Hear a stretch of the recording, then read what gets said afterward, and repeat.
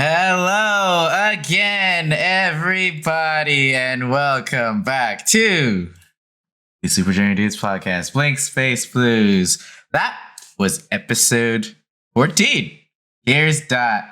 How's everyone doing? After that? So that was a bit of a long one, but we had a lot to squeeze into the episode with Magnus. We only have so much time with this wonderful character of Dot, and I wanted to take advantage of as much time as we could. But how's everyone doing? How are you guys feeling after that episode?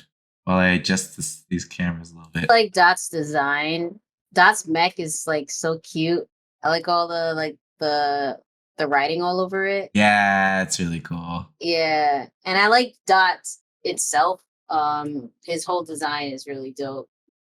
D-Fran did a great job turning what I gave him into incredible, something perfect. Yeah. And the mech is based on Zaku, right? That's why you love it, Amy. Yeah, you knew right? That's why you love it. That is one thing. Actually, before I get into that, I wanted to ask about the character. But if you noticed on like all of the text, like the titles and labels and stuff, there's a bit of a gap between Magnus and Beasticus. It's because I realized while I was editing, I accidentally put a T in the middle. It was Magnus Beasticus. I actually misspelled it on the overlay and on the character thing, so I kind of fucked up, and so I had to like cover it up, and like that's why there's like a little bit of a gap between those. I'm proud of you. That is some ingenuity, like quick thinking ingenuity. Yeah, I was like, fuck, I misspelled it. I was like, I gonna notice, but I fixed it. It's hard to notice. I hope. Make it work. It did. But I made it work. But yeah, I did want to get into questions about Dot's character. Now that we have Magnus sitting here with us at the Talkback, tell us a bit about like the character creation process. Like, what was the inspo for Dot? Because I kind of gave you free reign to do kind of whatever you want, and then based on what that was, I kind of built a story around her. As soon as you said it, I was like, I got an idea. But Dot, actually, I don't know how much I should say this time because still a lot is not revealed. Yeah, I mean, just say as much as you want to say and what is like contained within this episode, I guess. Oh, that's a toughie. Yeah, because Dot's got a lot going on. You could tell. Yeah, so Dot is actually a character that if I were to ever make a comic or a story of my own, Dot and her situation would be what I would start out with. It was science fiction. She's got this headset and mech that she never separates from. And I was like, oh, how can I translate this into some blank space bluesiness? And it was super fun. That's cool. I didn't know that. Very cool. I look forward to seeing this comic someday. So funny. I'll go through Sappy's contacts. Yeah, honestly, me and D-Fran, I've always been meaning to make a graphic novel one day too, but who's got the time with all this shit going on? It's like one day. Yeah. I make a children's book, and that still takes a shit ton of time. I can imagine. Like writing a manuscript for a children's book is as much work as you have to do for any other book. It's crazy. Yeah. So Chris, I know you haven't seen Reboot. Yeah, I have. You've seen Reboot? Yeah, I've seen Reboot. Yeah, we have it in Canada.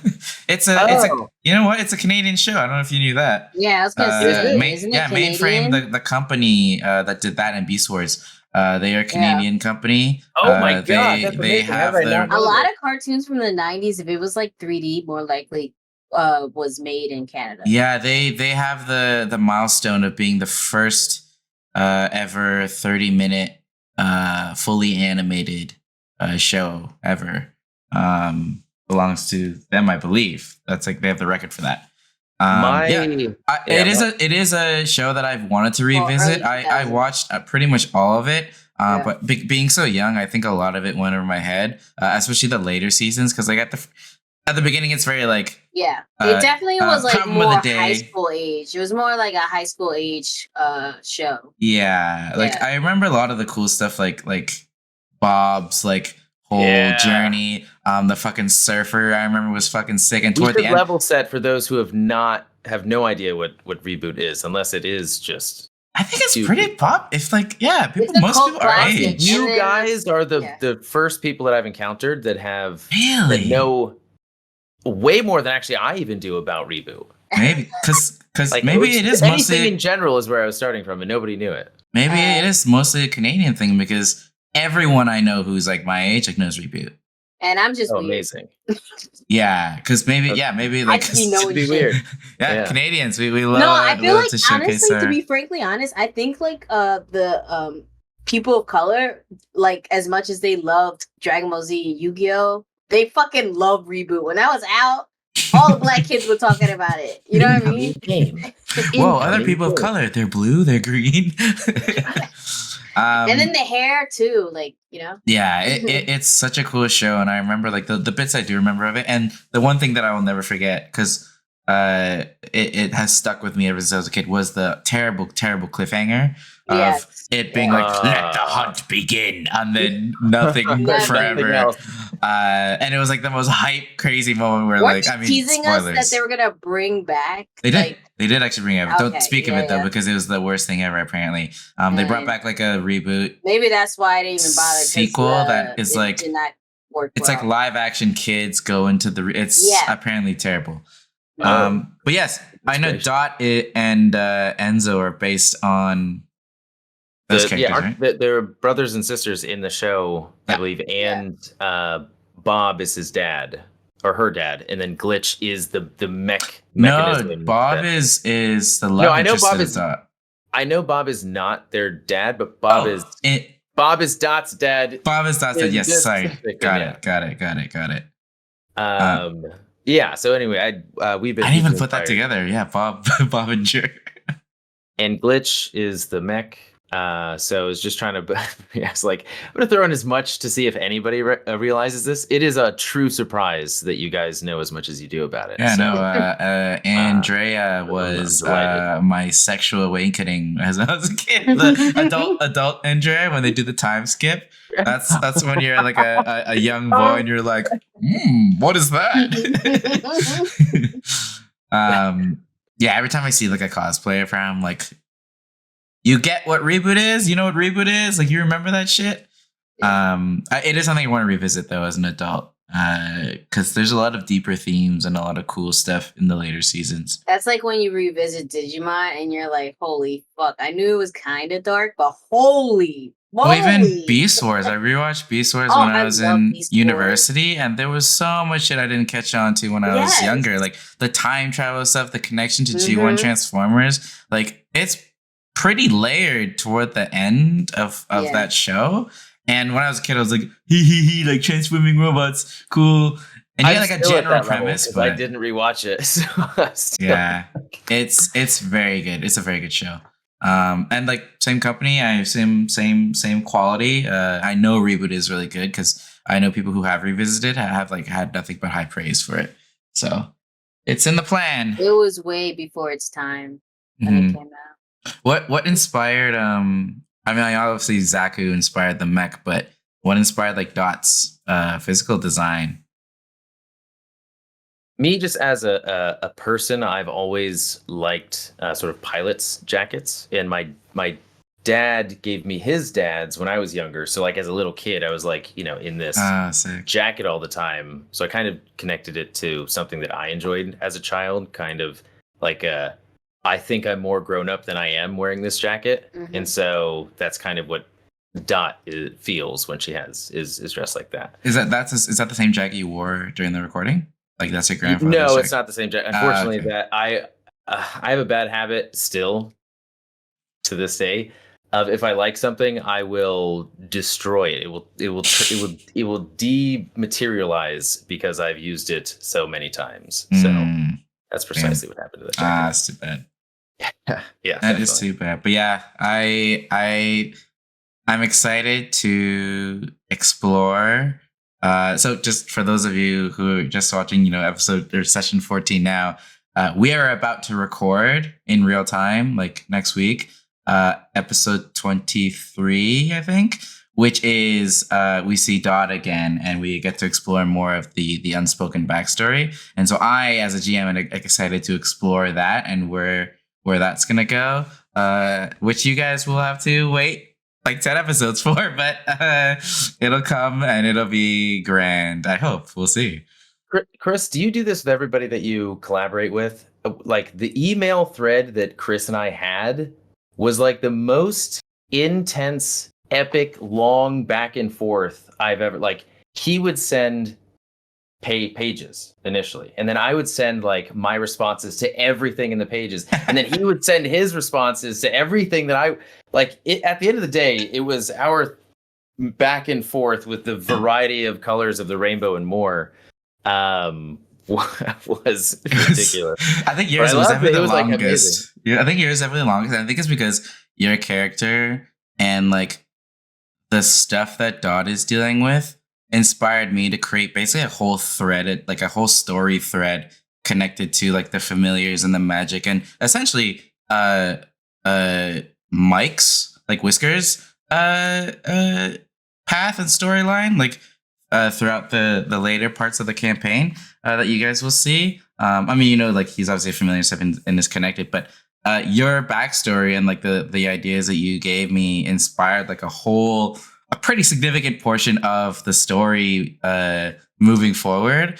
That's why I sent you a lot of like ideas. I was like, oh, like this would be cool, this would be cool, and then that's how we put it all together. Because I think with like Amy's character, who comes later, and even Sky's like Rage Against the Rift, there is a pretty involved backstory, but it less so connects to the greater things happening in the universe that you guys have yet to really see.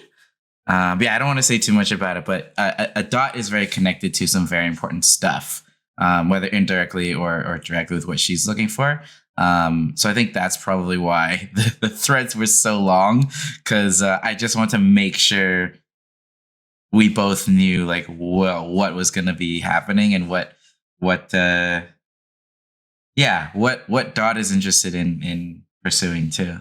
Yeah, but Chris does message, not like he didn't do like a very very long thing, because I did most of all the talking at first. Okay. Sent me like 10 minutes long voice clips to me one day. I sent him voice clips. Yeah. Like, you're awful. You're a terrible person. Yeah. Like the reference, it's yeah, you can't even go back and like scroll and find it again. You have to re-listen to it. I can't help it. Like, as a person that gets paid to talk all the time, I'm just better at verbalizing my ideas than writing them. Sure. Because I feel like I missed something.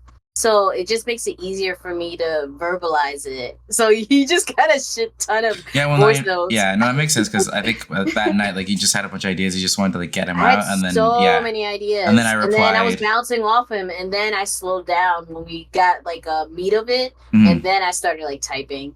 Yeah. And then if there's something else I have in the middle of us playing, I will DM him in the middle of us playing, like, hey, because it's like they don't know something about my character's background, but we're at a part where something my character's capable of doing or whatever, or someone's there that I recognize, and then I'll like go through him and be like, is it time? I'll be like, is it time? Yeah, I'm very much a DM that enjoys like secret messages, so feel free to like message me during playing, and I'm down to like throw in like things that like just come up in your head. Yeah. So my character had to throw a lot of like clues without not giving anything away, because to build up the tension or whatever. So you guys will see that shortly in a couple episodes. But yeah, Amy's character has a lot of stuff. How many episodes? I don't know. Christmas? I think like 4. No, I think it's like 4. I don't know. Christmas. It's like 4 or 5 or something. It's not that many. It's coming up soon. Yeah, a couple months in terms of like when we'll actually get to it. But in general, I am a GM that really believes in like involving as much of the character with the world and like the backstory and the characters, and just like I really want them to feel a part of the universe that we're building, and not just like a character idea that just kind of slapped into this Blank Space Blues and world. just it's a throwaway. Yeah, not like one character that we've met or seen felt like a throwaway. Like whatever, like just temporary. Yeah. And that I take inspiration. Shout out to Damien, my very first DM. His GM to player relationship prior to like the first session of like who your character is. He also asks us to like create like adjacent NPCs that you guys know, which is where I kind of came up with that idea when I asked you guys what NPCs you might know. That's all inspired by like his GMing, and I think it's really effective to really immerse them into the world. Yeah, it's a lot of fun. Love it. It definitely works. Yeah, when you are given something to work with, it's much easier to sort of exist seamlessly. For sure.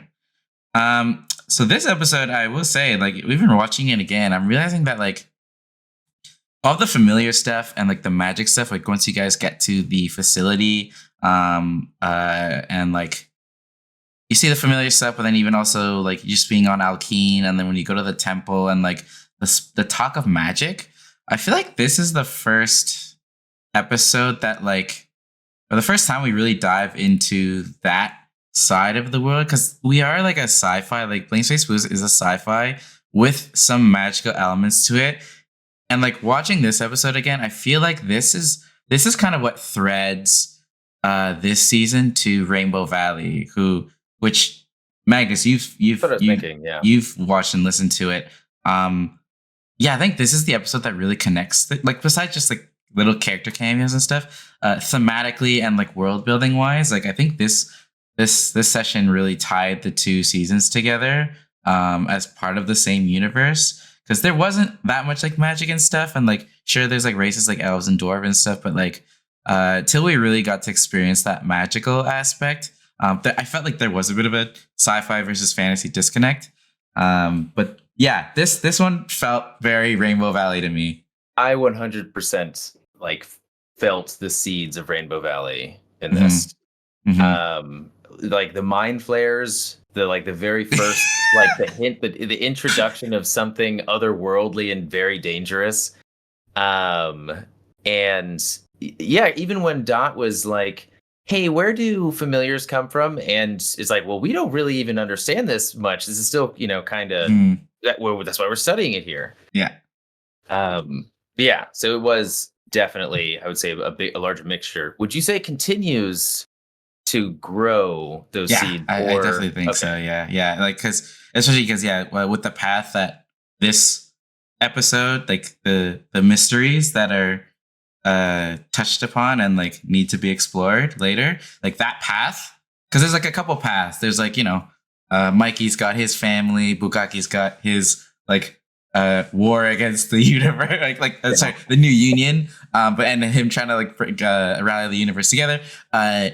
Whiskers' path is very much that like that magical path that does tie more into the fantasy Rainbow Valley element, that I would say does get more and more developed in episodes to come, which is exciting because I think this stuff is the coolest. And the mind flayer thing, I love that you bring that up, because I just think they're just a really cool D&D like character, like or creation or monster, I guess. Just like aesthetically they look dope with like being purple and like with the tentacles. Amy, I'm sure you'd love a fucking mind flayer. And like there's psychic shit. Like I love that shit. Those are like my favorite in D&D. Yeah, and because like Rainbow Valley is D&D, like technically in that universe, even though I don't think we've met any yet in Rainbow Valley, mind flayers probably exist. And in my mind, I was like, wouldn't it be cool if we explored how psychological darkness, how they came to be in this world? I mean, I don't want to say too much, but we can talk.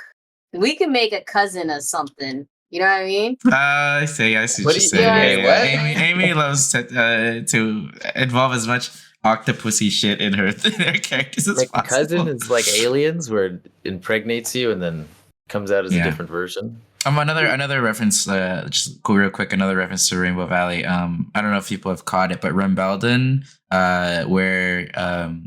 which was briefly mentioned, where Dot is from, where Augie is from, the gnome homeworld, is a reference to Rembelda from Rainbow Valley, where Doc is from.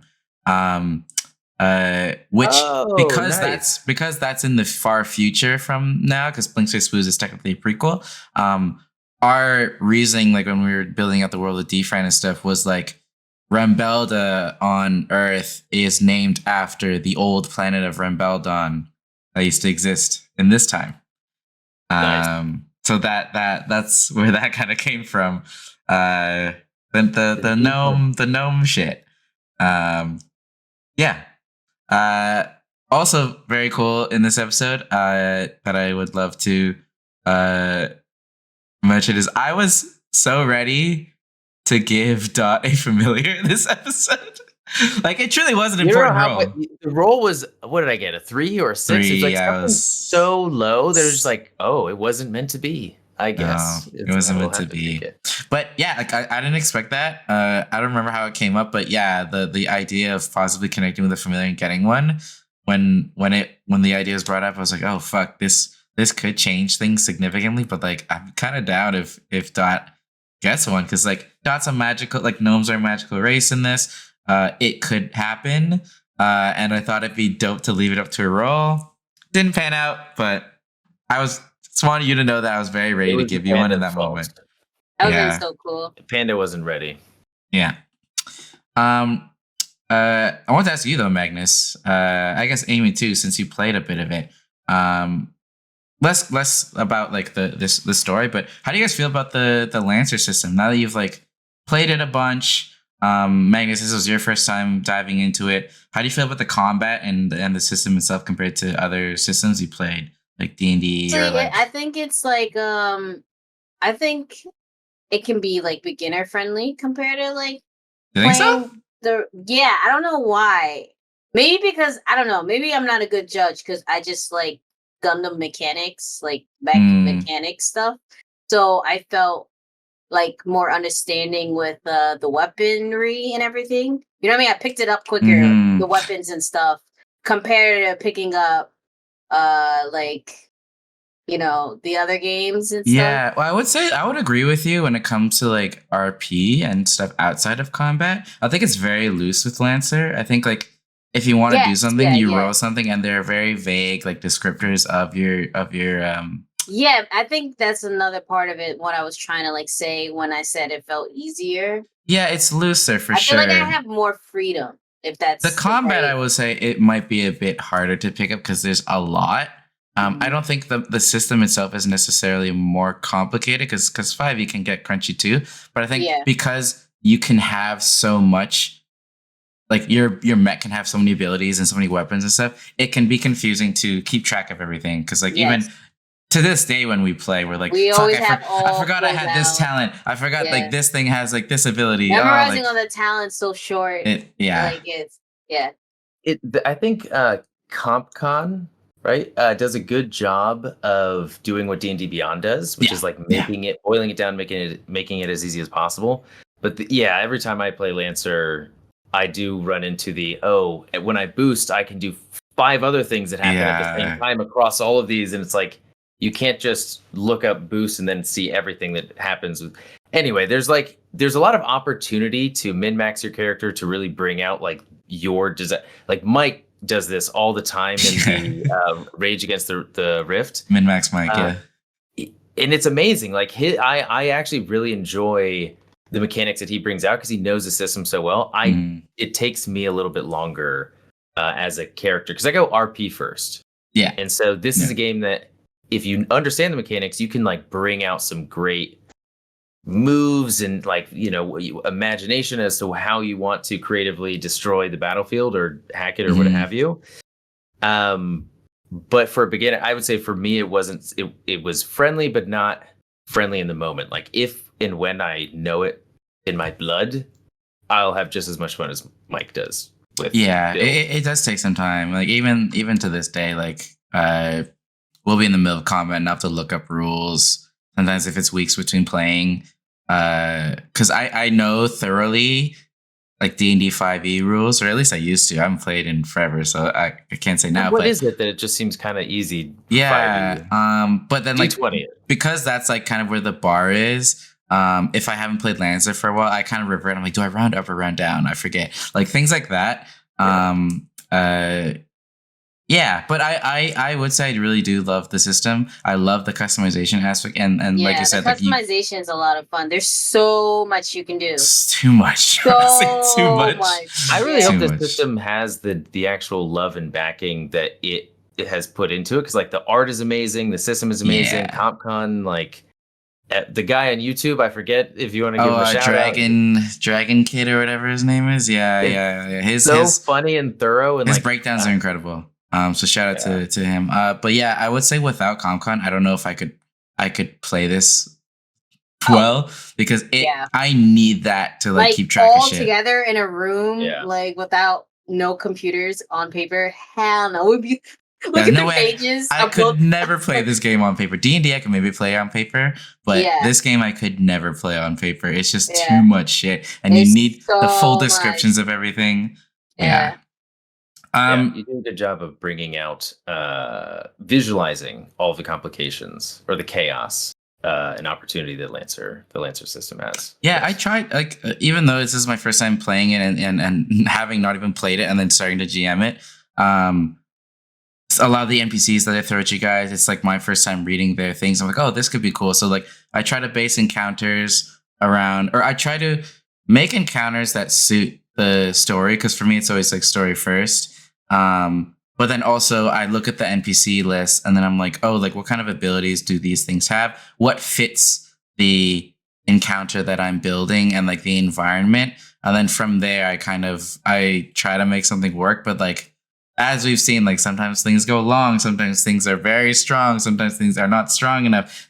Finding the balance of that is taking some time, because there's anything like challenge rating. Not that anyone looks at that shit on D&D anyways, but definitely a work in progress and learning the system. But it is getting easier the more we play, for sure.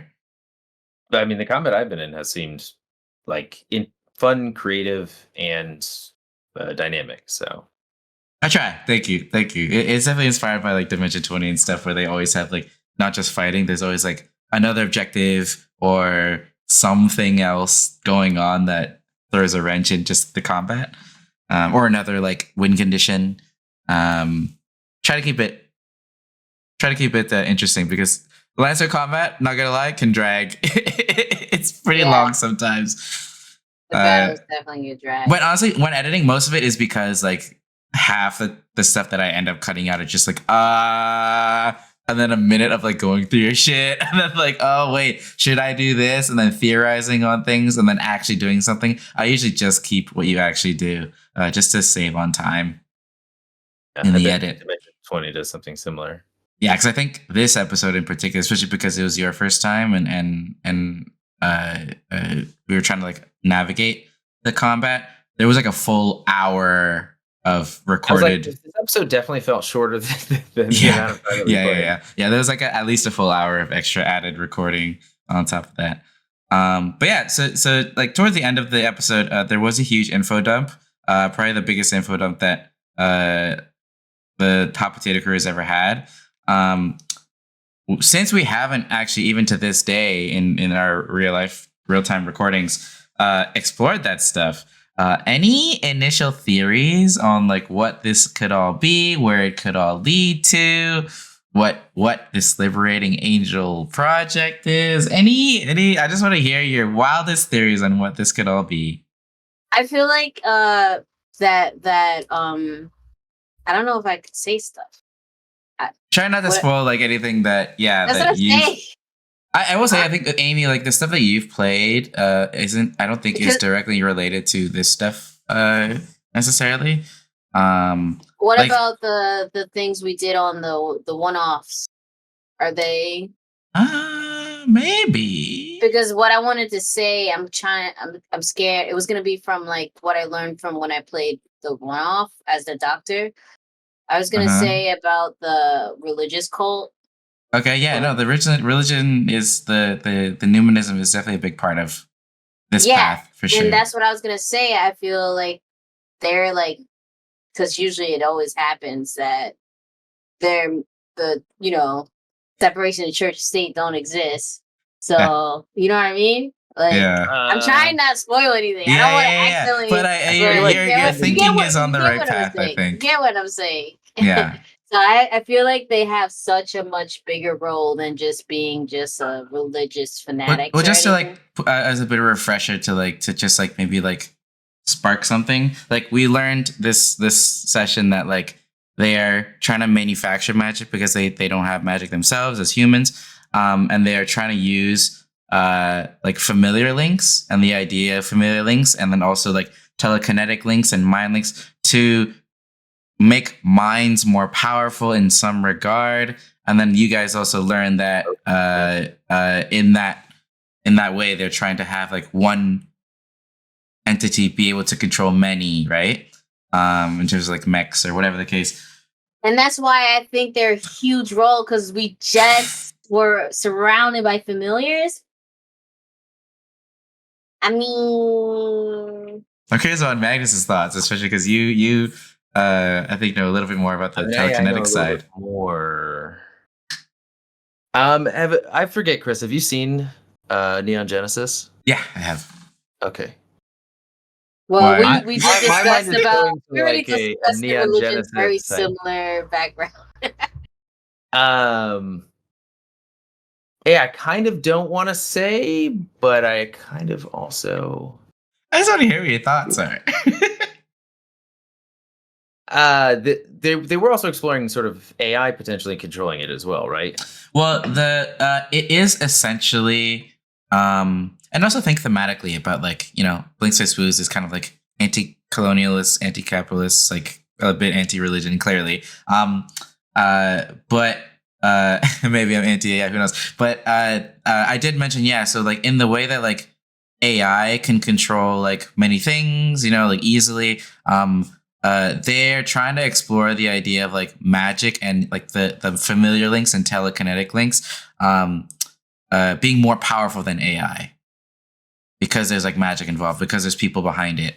But kind of using the concepts of AI, I would say, right? Because like I guess these like mechs or whatever it is being controlled. Are essentially like puppets, like AI controlled puppets, right? But there is something behind it of like a magical or manufactured magical nature, or like a psychic nature. Yeah, there are threads of AI themes in there for sure. I see the brain working. All I see is danger in the future. Yeah, definitely danger in the future. Definitely danger in the future. Danger at the end of this episode, actually. I mean, I wish the other dudes were here to talk about it, but a crazy cliffhanger. The Elephant Man that was in the first episode in the Conjure facility that was like angrily waving at them as they were exiting, stealing Bugaki's mech, has just knocked out Mikey Starhand. And they're all being surrounded by Conjure, which feels like a long time coming. Huge cliffhanger that we will see what happens with all that in a couple weeks. Unfortunately, next week we will be doing a live stream Reads Against the Rift. Week after, I'm in LA for Anime Expo, so we will not have a new episode. So I don't think we will see the next episode until July 10th. So gotta hang on to that cliffhanger until then, unfortunately. But till then, you guys can tune in tomorrow because Magnus and a couple of our other friends will be a part of a Dragonbane stream. If you did tune into Pink City's D&D charity stream back in the day during the early pandemic, we created this wonderful world of Medenya, this magical high fantasy world. Great year-long campaign that this one shot that we're doing tomorrow takes place in that world. So it'll be nice to dive back into that. world again. It takes us in between season 1 and season 2 during that large time gap. A little one shot that I put together. We were lucky enough to be gifted a early access copy of Dragonbane, which is Scandinavia's number one. I don't know if it's number one, but it's like their oldest and most popular tabletop RPG since like 1982. It's essentially like D&D, but like different in several ways. But we're kind of flavoring the Medenya stuff with that system, and creating quite a fun little story tomorrow. So if you're around tomorrow, 7 p.m. EST, we will be right back here streaming that. So a lot of content, even though it's not Blink Space Blues or Super Juniors content. We got a lot of content coming. And then I think July 12th, I don't know if I've announced this yet, we're doing another Pokemon D&D charity stream. So stay tuned for that too. Yeah. But until then, any other final thoughts, anybody? Over and out. I had a good time. Over and out. And yes, thank you, Magnus, for a really dope episode. Yes, that was really awesome. We will see him in the live streams, and we will see him in the talkbacks as he watches along with us. And then we will see Dot again in like 10 episodes. But yes, until then, see you guys later. Take care, everybody.